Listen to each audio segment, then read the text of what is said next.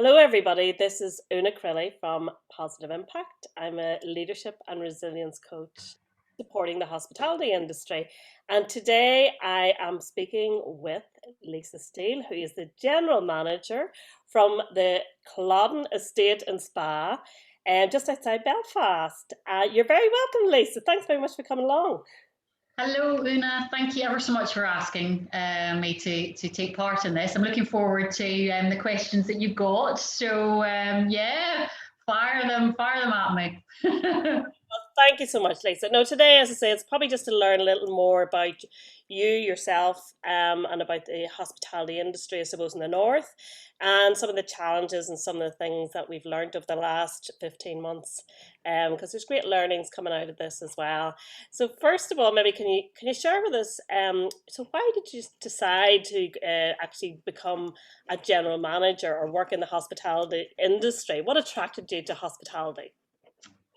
Great question, Una. Thank you. I actually was persuaded not to do hospitality. So my background is I'm fourth generation in hotels or kind of licensed trade, for want of a better word. So my grandmother's father, so my great grandfather, that would be right. My great grandfather had a pub in North Wales. And then my grandmother was born and brought up in there. And then my father was born into it as well.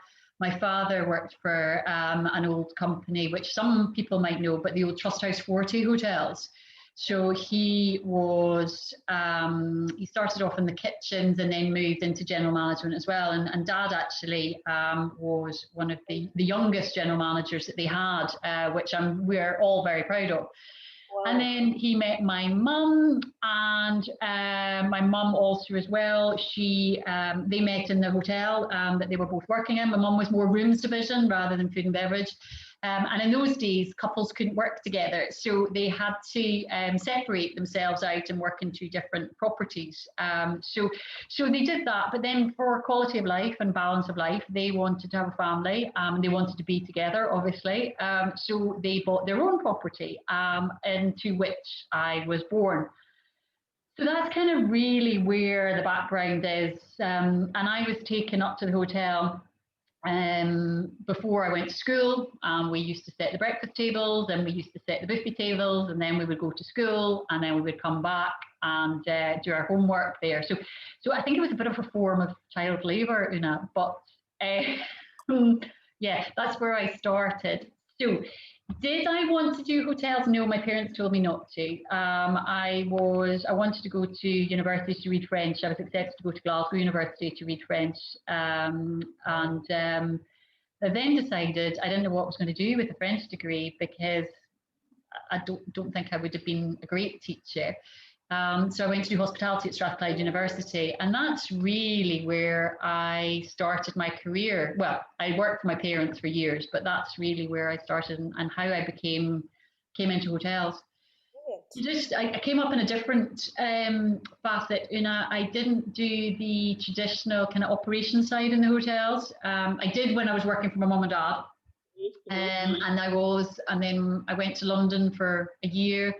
And then after that, I moved to Edinburgh, and I was head housekeeper in a hotel there for 3 or 4 months. And I realised actually that I wasn't very good at that. So I moved into the sales side, and that's where my career grew and grew. So I started in sales as a sales executive, and then by the end, I finished up as director of sales. And in fact, my title wasn't director at that time. My title was sales manager for the Merchant Hotel here in Belfast. Brilliant. And then I became a general manager after that. So yeah, sales and revenue and marketing is really where I came, and then became a GM. So Well, that's my well, that's some journey. And say you were born into it, and you've obviously great role models there with your parents in the family business, and then moving up into your different directions. I suppose you've jumped in and out of marketing and sales and back into operations. But what would you say? What do you love most about hospitality?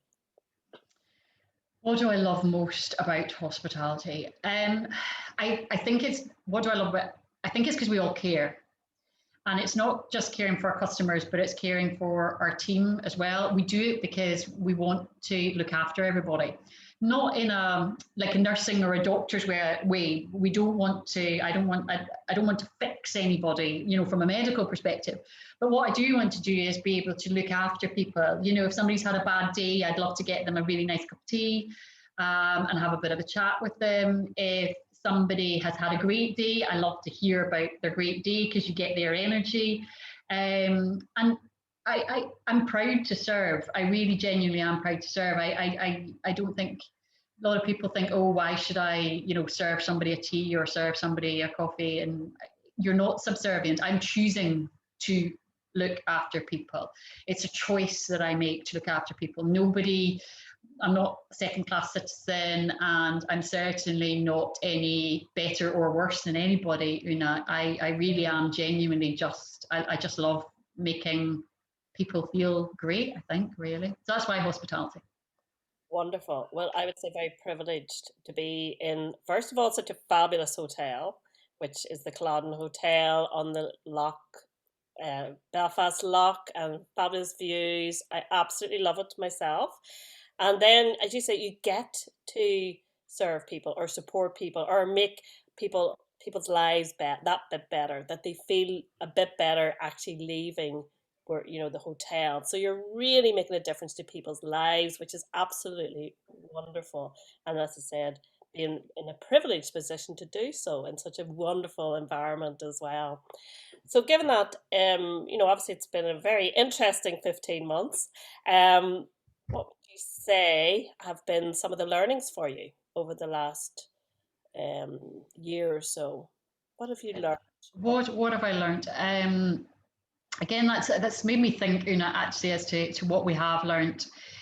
I think I have learned, and the team have learned, we've become even more flexible, and we have had to adapt even much more than we ever had to do previously. I think some of the skill sets in hospitality are overlooked, to be honest with you, because people see food and beverage, and I talked a lot about serving there, and it is about serving. But within hospitality, you have to be agile, very, very agile, in your thought process. You also, as well, have to be very agile, in the way you respond to things as well. So we've learned to be even more agile, and we've actually learned to be more flexible as well. For example, I wasn't a great gardener before lockdown, but since we have 7 acres of ground here, I've had to learn how to not water the plants, but understand that trees and shrubs need looked after. I've had to understand that we have our own, it's a water hole, a borehole on the estate that we get our own water from. So I've had to learn how to work that it needs salts, and you need to order the salts and how much salt to put in, or the chemicals, or whatever it is.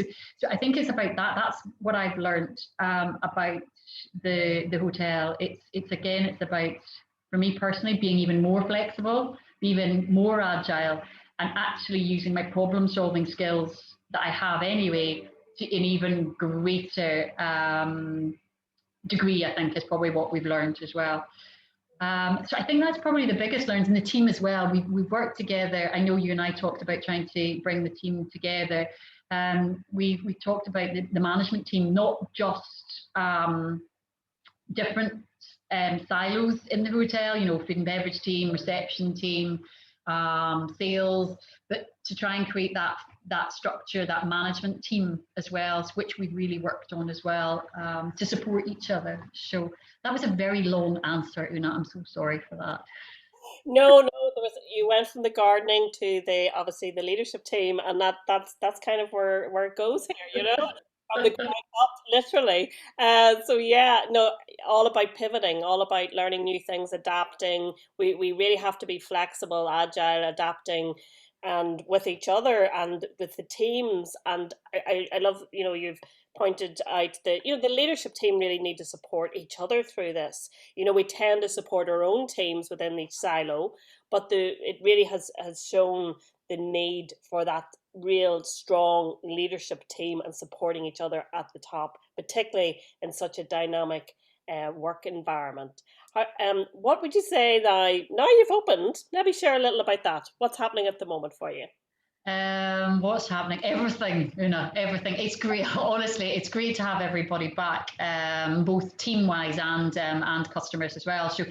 So I think we've opened with a bit of a bang, which is great. Everybody wants to get out. Everybody wants to experience the hotel. Everybody wants to come and see us. And that in itself is quite overwhelming because we didn't actually realise how busy we were going to be and how many people wanted to come and see us. So that in itself is challenging because you talk about resilience in business and you talk about looking after yourselves. Hospitality, it's hard because everybody wants you to be at your best all of the time. And to try and make sure that we keep at our best all of the time can sometimes be hard work. Because you need to make sure you're best all the time for your customers, but also for that team, Una. So I think I've slightly digressed because the question originally was, what are some of the challenges? Is that what you were asking? Yes, Yeah, yes. I mean, you're obviously opening at the moment, but that is a challenge. I mean, we're just asking. You've opened up. There's been a pent up demand, and everybody expects that. Everybody's had a really tough time as well, and now you're the person that in terms of the hospitality industry, is there to take care of the general population, and people have high expectations basically. So they're coming into you expecting the best of everything. There's a huge demand for that, and yet, how do you and your team maintain that really, really high standard and deliver consistently to your customers? How's that working for you? And do you have any little tips or might be helpful? How's it working for us? We have good days and we have bad days. We're human beings after all, and I think we need to understand that sometimes we all have bad days as well as good days, and there is a huge amount of pressure. You're absolutely right. Everybody wants to come out. Everybody has such high expectations, and when we don't get it right, that then impacts everybody. And people are not sometimes understanding if somebody has a bad day in hospitality, and that in itself is challenging. How do we get through it? How do we have tips? I would say that we focus very, very much now on the positive. If we've had a bad service, then we highlight the areas that didn't work, but we try and we fix them. We don't talk about what went wrong. We talk about how we can improve on the next service. So it's very much about that side of it. We also as well, if there's positive feedback, we talk about that all the time to reinforce that. I also as well, I'm a great believer in the fact that work should be fun. We spend a lot of time here. So yes, we need to be professional and yes, we need to be serious and all of that great stuff, but we have to have fun. So we've had Domino's pizzas, we've had Subway. My husband actually, bless him, delivered everything, which is great fun. I have all the guys on the management team.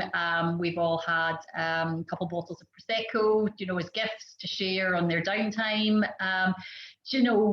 Just even we thank you cards, Una, to say thank you, and I handwrite them because I genuinely do mean thank you to everybody that's worked here. We also as well, another tip that I would do is I encourage open and honest communication, and if somebody's having a bad day, that's okay. That is all right. It's how we channel that, and if they're having a bad day, they come and they talk to me, or they talk to one of their colleagues. We don't get upset at each other. We don't shout at each other, and we certainly don't shout at the customers. But we talk. Yeah, yeah. Absolutely fabulous. I mean, I love the fact that first of all, you're building everything on positivity and reinforcing the best, reinforcing all the good stuff, and success builds on success.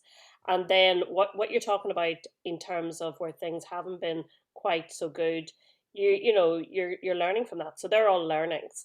And that's basically feeding forward. So you're learning what didn't work and what are we going to do moving forward. So it's forward planning, looking at the issues, but really what is it we can improve on? And it's so what went well and what can we do better? And it's never going down that rabbit hole of what went wrong in the blame game and all those things that bring in the energies that really disrupt the workplace, which is wonderful. So I love that's the style, that's your approach. You're encouraging open communication, encouraging people to talk about the challenges, the difficulties, and really making sure that they see it as there's a safe space there. So the psychological safety around that, that people can openly walk in and share with you if they're having a bad day, and let's come up with a plan to sort it out, which is wonderful. Because Yeah.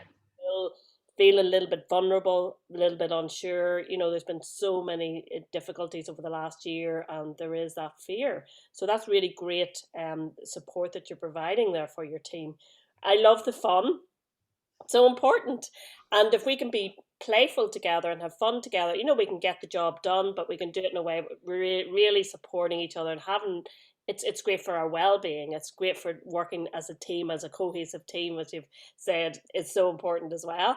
So that fun element is fantastic. So you've kind of got those little nuggets in there, you know, with the fun, with the communication, with the building on success. So let's focus on what went well, what are the areas that we can improve on, and it's not ever that we're doing wrong. So whatever the message is, it's coming through. We're learning on this, we're learning. It's always about something positive. We can grow, we can develop, we can learn, we can identify gaps, we can support each other. So it's all positive, and that keeps everybody's mindset on the future and moving forward, which is wonderful. Wonderful.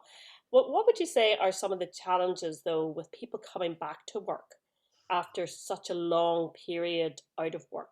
Mm-hmm.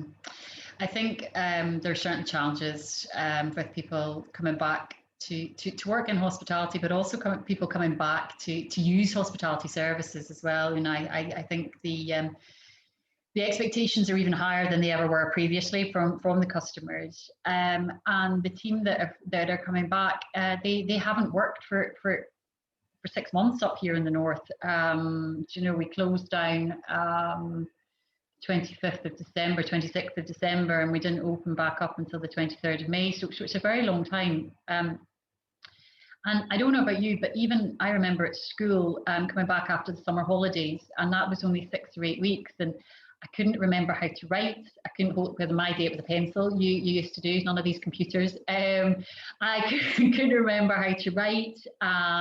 You couldn't remember where your classrooms were, you know, all of that. And that's only after a period of 6 to 8 weeks.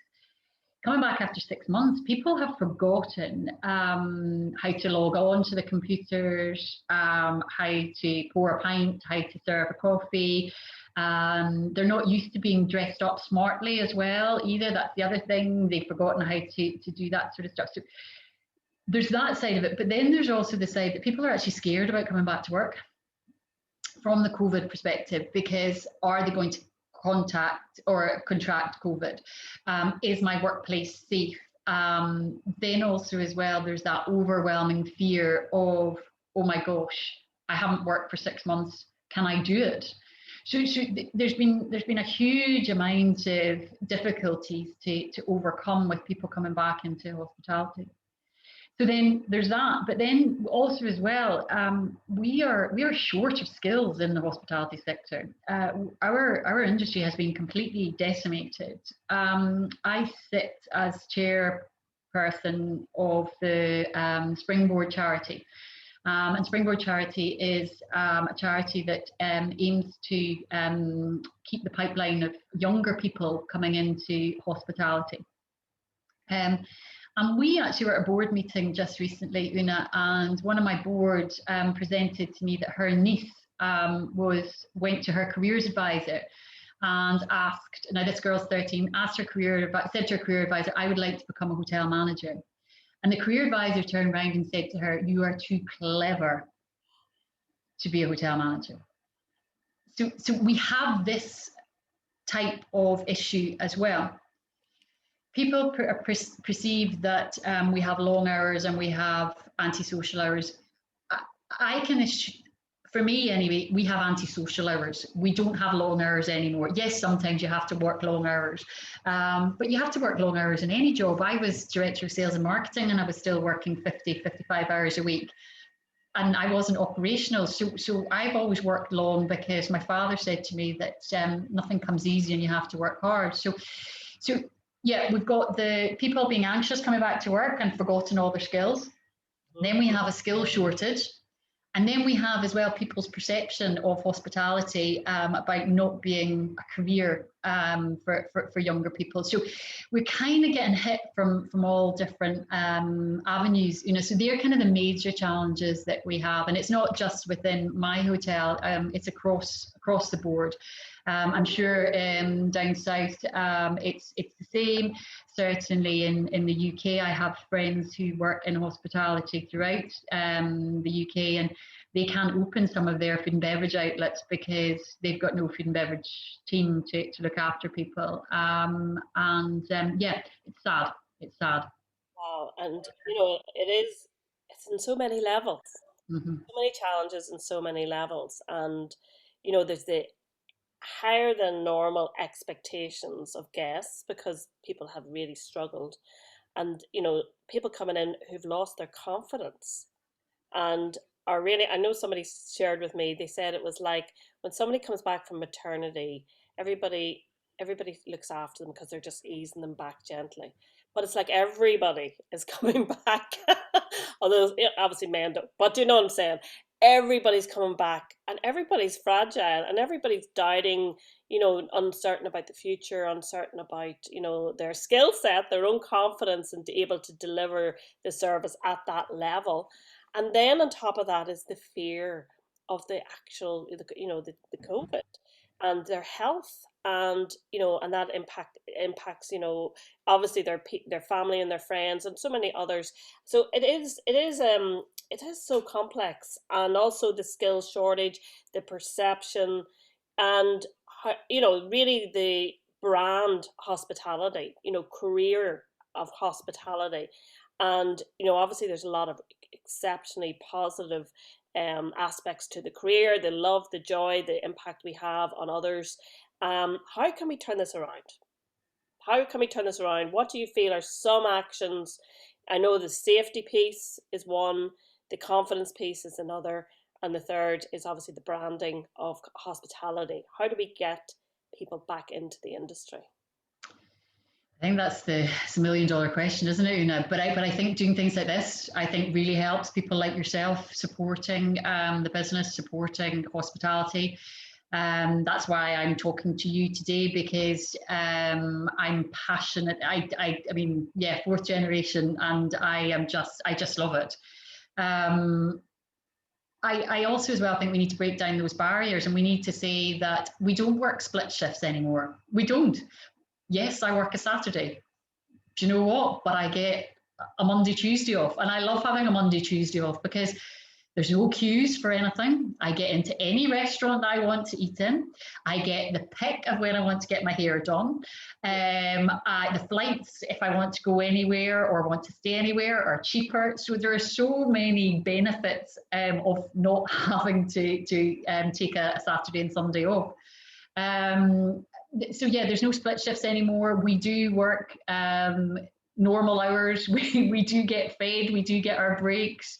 And yeah, I don't know how else we do it. We just have to keep talking. And I really do think we just need to keep talking and just keep saying that this is not a bad industry to work in. And even when my toughest times, which have been over the last 3 weeks, I've probably had the toughest time in my career coming back and opening up.